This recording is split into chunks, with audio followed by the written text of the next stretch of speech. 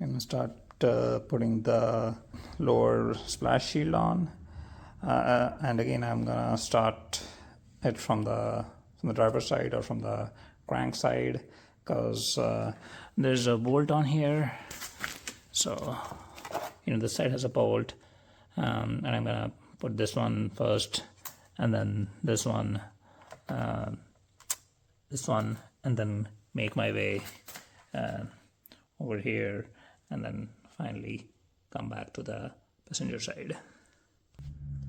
Okay, this is the first bolt that I'm gonna take out.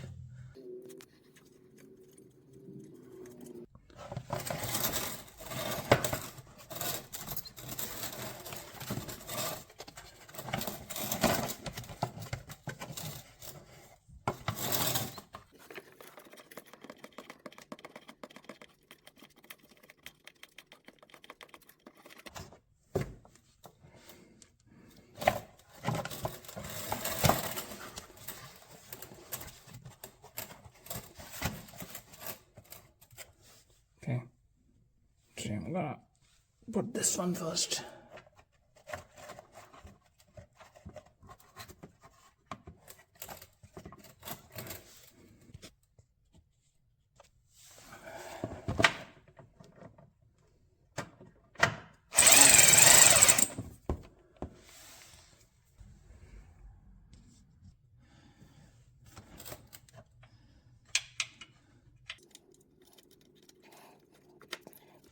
So it turns out it's easier to put the second one in and then put this one in later.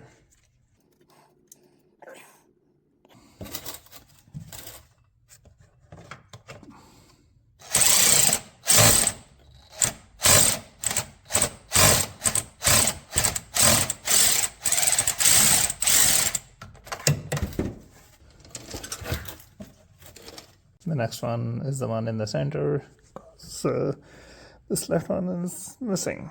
So that one, moving on to the one on the right, and it is this one, it's behind this hole. And yeah, the next one is the one on the right of this one, and it's the one next to these two big bolts. And once you tighten that one, it just leaves this one clip in the end, which needs to be just pushed in. Okay, I put on the wheel here, and then lowered the car from the jacks. And the next thing that I'm going to do is to fill up the coolant, and the coolant, reservoir, extra reservoir, and then attach the battery, and then we'll start and see if all of it really worked. Now for the for filling the coolant from the very scratch, what the manual indicates is that we should turn the heater on. So you need to have the heater on all the way, and then the fan off. What this really does is it lets the coolant circulate, because it's the hot coolant which is really giving up the heat. So yeah, this is the way that you need to have it on. I'm not sure if you really need to have this off, but that's what one of the videos seems to indicate, so I'm just going to give that a try.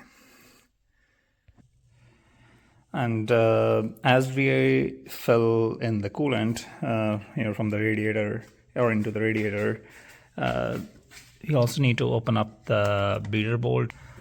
So this is the beading bolt that you need to open up, and once the coolant starts coming out of it bubble free, then we need to tighten it to 7 foot-pound. So again, this is right next to the throttle. Okay, it's a little bit hard to fit wrench in there, but I was able to use this stubby wrench, I was able to loosen it. So that's one idea if you're having a hard time getting in there. I'm just going to use this funnel to fill in the coolant in here. I'm first going to fill the coolant into this extra reservoir.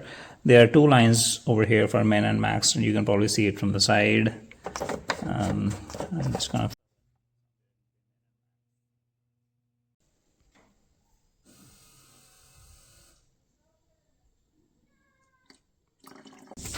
and now for the radiator.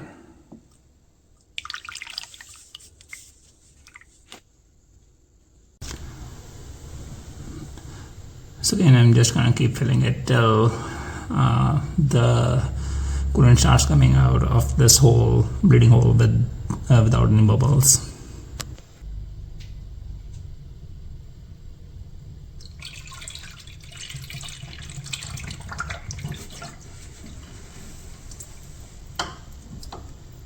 That seems good enough. I'm gonna go ahead and tighten this to 7 foot-pound. It might be overkill, but why not?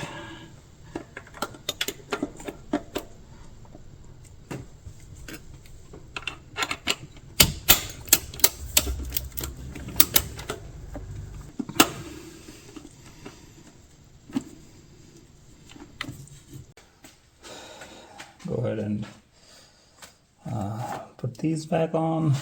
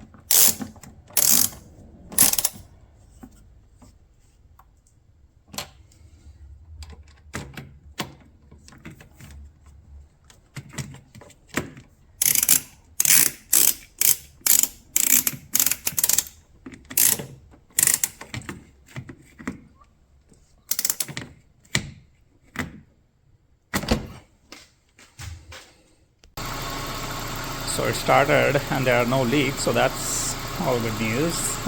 The engine doesn't seem to be making any extra noise.